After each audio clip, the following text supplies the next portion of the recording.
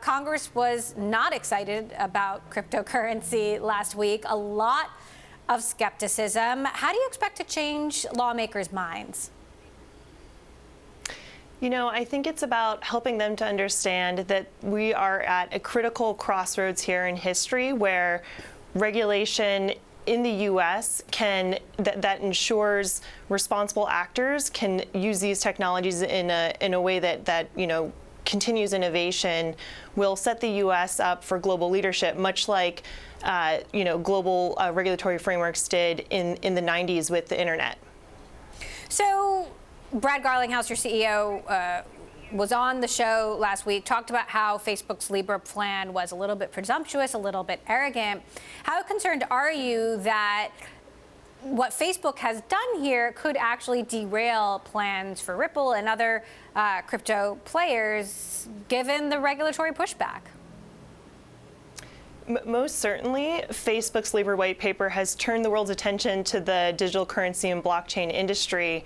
But Facebook shouldn't speak for the industry, and that's really what we want to convey in the letter.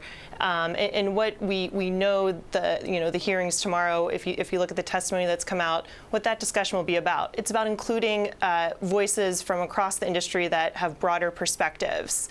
For example, many in the industry, like Ripple, we partner with financial institutions versus seeking to replace them.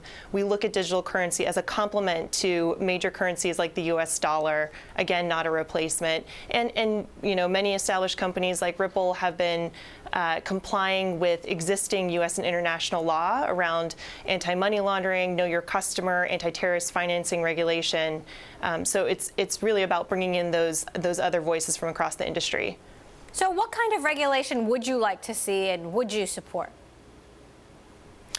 Something similar to what the U.S. came out with in the 90s for the internet.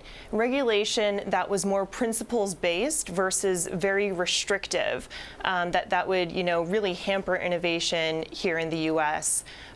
So especially regulation that classifies digital currencies in a way that recognizes their fundamental differences. And again, the U.S. really took a leadership role in the 90s at the dawn of the internet age, and a lot of that had to do with leadership from the U.S. government.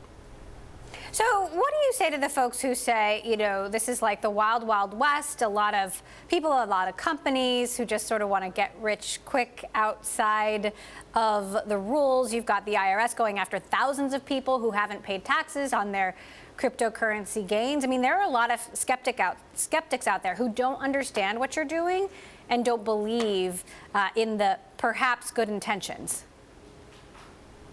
Yes, and within any industry at all, there's responsible actors and there's bad actors. And I think what a good regulatory framework looks like, it sets up the responsible actors to innovate and to improve efficiencies in the global financial system while washing out those bad actors.